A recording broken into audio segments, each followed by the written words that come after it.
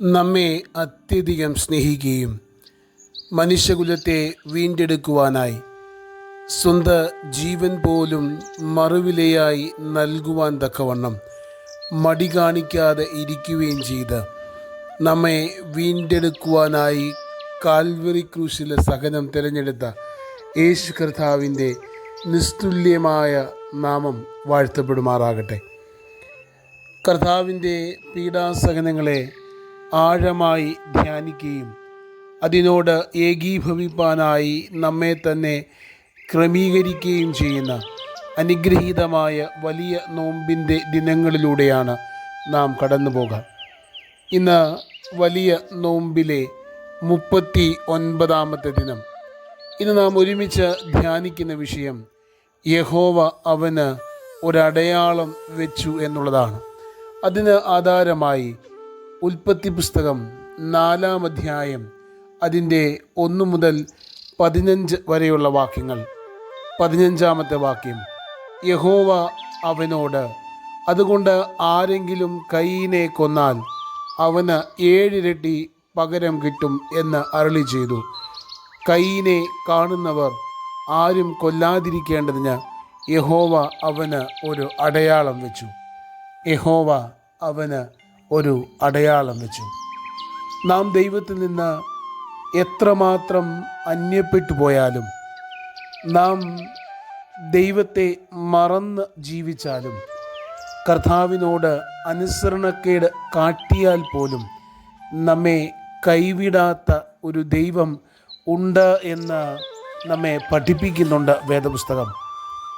ദൈവം തൻ്റെ സ്വരൂപത്തിലും സാദൃശ്യത്തിലും മനുഷ്യനെ സൃഷ്ടിച്ച് ഏദനിൽ ആക്കുന്നുണ്ട്. എന്നാൽ ആദാമും ഹവ്വയും അവർ ദൈവത്തിനോട് അനുസരണക്കേട് കാണിക്കുകയാണ്. എപ്പോഴും മനുഷ്യൻ്റെ സാന്നിധ്യം ആഗ്രഹിക്കുകയും മനുഷ്യനോട് ചേർന്ന് ജീവിക്കുവാൻ, അല്ലെങ്കിൽ മനുഷ്യനോട് ചേർന്ന് നിൽക്കുവാൻ, മനുഷ്യൻ്റെ സാമീപ്യം ആഗ്രഹിക്കുകയും ചെയ്യുന്ന ദൈവത്തിൻ്റെ ചിത്രം നമുക്ക് ഉൽപ്പത്തി പുസ്തകം തുറന്ന് കാട്ടിത്തരുന്നുണ്ട്. എന്നാൽ ആ മനുഷ്യൻ ദൈവത്തിനോട് അനുസരണക്കേട് കാണിക്കുകയും ദൈവത്തിൽ നിന്ന് അന്യപ്പെട്ടു പോവുകയും ചെയ്യുന്നുണ്ട്. ദൈവത്തിൻ്റെ സഹിത്വത്തിൽ നിന്ന് അവനേറെ ദൂരെ പോകുന്നുണ്ട് അനുസരണക്കേട് മൂലം. എന്നാൽ അപ്രകാരം മനുഷ്യൻ ആയിരിക്കുമ്പോഴും മനുഷ്യനോട് കരുതൽ കാണിക്കുന്ന ദൈവം ഏതിൽ നിന്ന് പുറത്താക്കപ്പെട്ട മനുഷ്യനോട്, ആദാമ്യ കുലത്തോട് കാരുണ്യം കാണിച്ച് ഓരോ നാളും അവനു വേണ്ടിയെല്ലാം ക്രമീകരിക്കുന്ന ദൈവത്തെ നമുക്ക് കാണാം.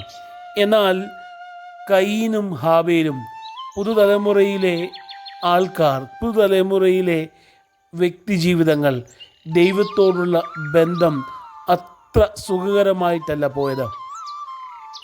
ഹാബേൽ ദൈവത്തോട് പറ്റി നിന്നു.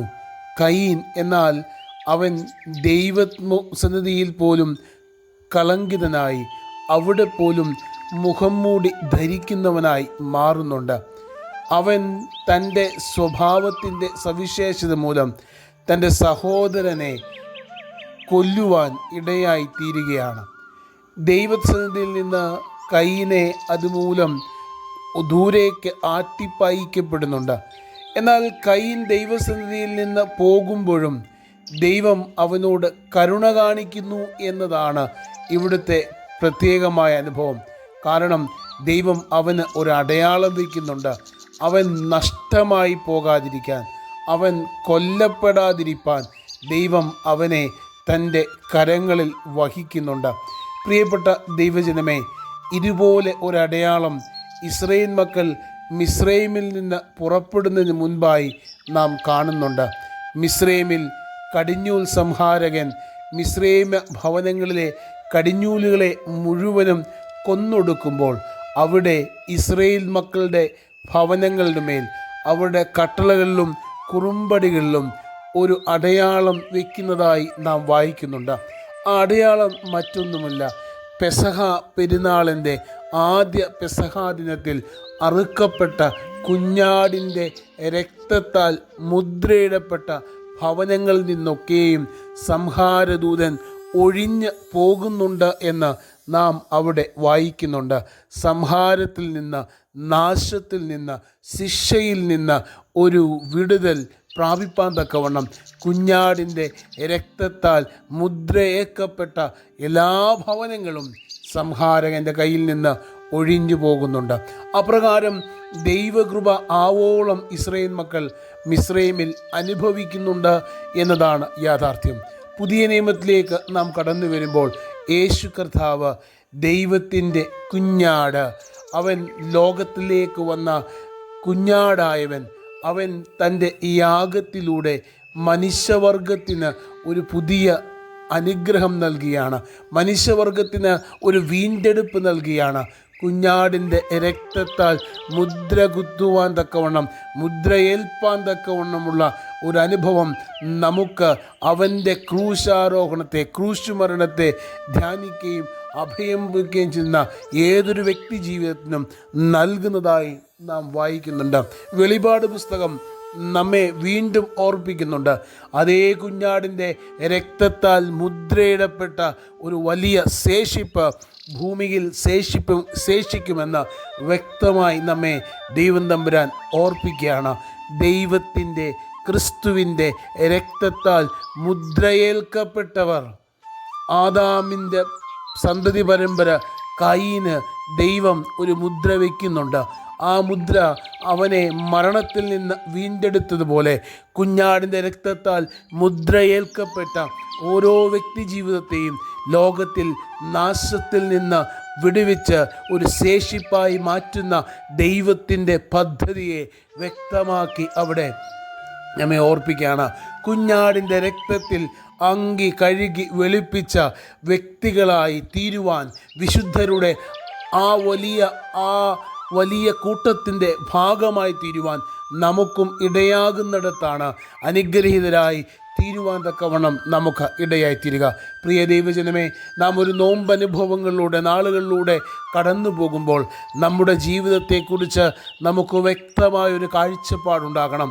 യേശു കർത്താവ് എനിക്ക് വേണ്ടി ചൊരിയപ്പെട്ട ആ തങ്കച്ചോരയിൽ മുദ്ര പ്രാപിക്കുന്നവരായി തീരുവാൻ തക്കവണ്ണം നമുക്കിടയാകുന്നിടത്താണ് ദൈവകൃപയോടുകൂടെ ജീവിതത്തെ ക്രമീകരിപ്പാൻ തക്കവണ്ണം ഇടയാക്കുക. കയീന് കർത്താവായ യഹോവ ഒരു മുദ്ര നൽകിയെങ്കിൽ കുഞ്ഞാടായ യേശു കർത്താവ് നമുക്ക് വേണ്ടി കാൽവരി ക്രൂശിൽ അറുക്കപ്പെട്ട കുഞ്ഞാടിൻ്റെ രക്തത്താൽ മുദ്ര പ്രാപിച്ചവരായി നമുക്കും തീരുന്നിടത്താണ് കർത്താവിൻ്റെ വലിയ രക്ഷയുടെ അംശികളായി നമുക്കോരോരുത്തർക്കും മാറുവാൻ തക്കവണ്ണം ഇടയാകാം. ഈ നോമ്പ് ദിനങ്ങളിൽ നമ്മുടെ ജീവിതത്തെ അപ്രകാരം ഒന്ന് ക്രമീകരിപ്പാൻ, രൂപാന്തരപ്പെടുത്തുവാൻ നമുക്ക് ഓരോരുത്തർക്കും ഇടയാകട്ടെ. അതിന് ദൈവം തമ്പുരാൻ നമ്മെ സഹായിക്കുമാറാകട്ടെ. ആമീൻ.